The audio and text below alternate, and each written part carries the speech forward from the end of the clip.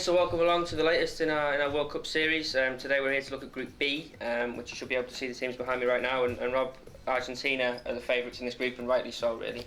Yeah, rightly so. Got a load of world-class players in the ranks, haven't they? And you look at Nigeria, South Korea, and Greece. You can't really see them challenging Argentina, can you? No, I mean, you mentioned it there. Argentina, so many great players, attacking players in their squad.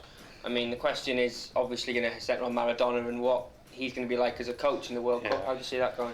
Well, like they just stumbled through qualification, didn't they? Only just got over the finishing line. I think the last two games against Peru and Uruguay were classics, but only just scraped through it. I think coming to the World Cup, like Maradona's got an affinity with this competition, hasn't he? I think perhaps a lot of people have been a bit too quick to write up Argentina. Yeah, you're right. I mean, you look. I mean, as we just mentioned, they're attacking players and they're some of the best players in the world. You look at Messi, Carlos Tevez, Higuain at Real Madrid. There's full of goals, this team. Yeah. The question mark is at the back, where perhaps defensively they're not as strong. That's obviously, you think that's where they could be troubled? Definitely, and I think Maradona's got this weird idea about playing four centre backs across the back four, and I'm not sure how that's going to work.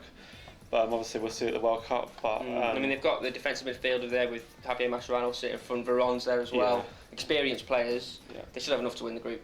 Yeah, they should have, and I mean, like the firepower up front with Messi, and like you say, like Guerrero, Higuain. I mean, comfortable, I think.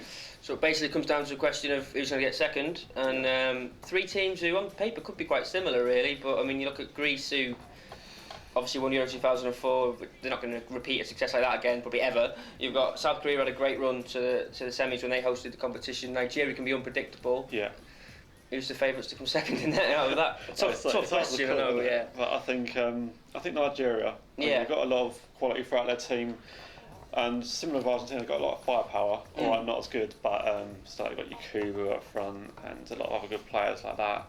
So I think they'll be ones to watch. Yeah, and in fact, with the tournament being in Africa as well, they're going to be determined to do well. Definitely, yeah, they'll be wanting to prove a point. Yeah. And they've got Lars Lagerback as the manager as well. Yeah. So see how he does. Just a quick word about the other two teams then, and I mean we know all about Greece. They're going to be organised. They're going to be quite defensive. Yeah. South Korea, unpredictable side really. When we saw it happen in 2002, a lot of people said it was largely because they were the hosts and they got there. Yeah. They're not going to repeat that kind of success, are they? So no, definitely. It's because they was hosts, massive home crowds behind them. They give us Hiddink as manager. This time it's a lot different, and can't really see him progressing past the group stages. No, so that's Argentina and Nigeria for me and Rob to go through from this group, and we'll just see how that pans out.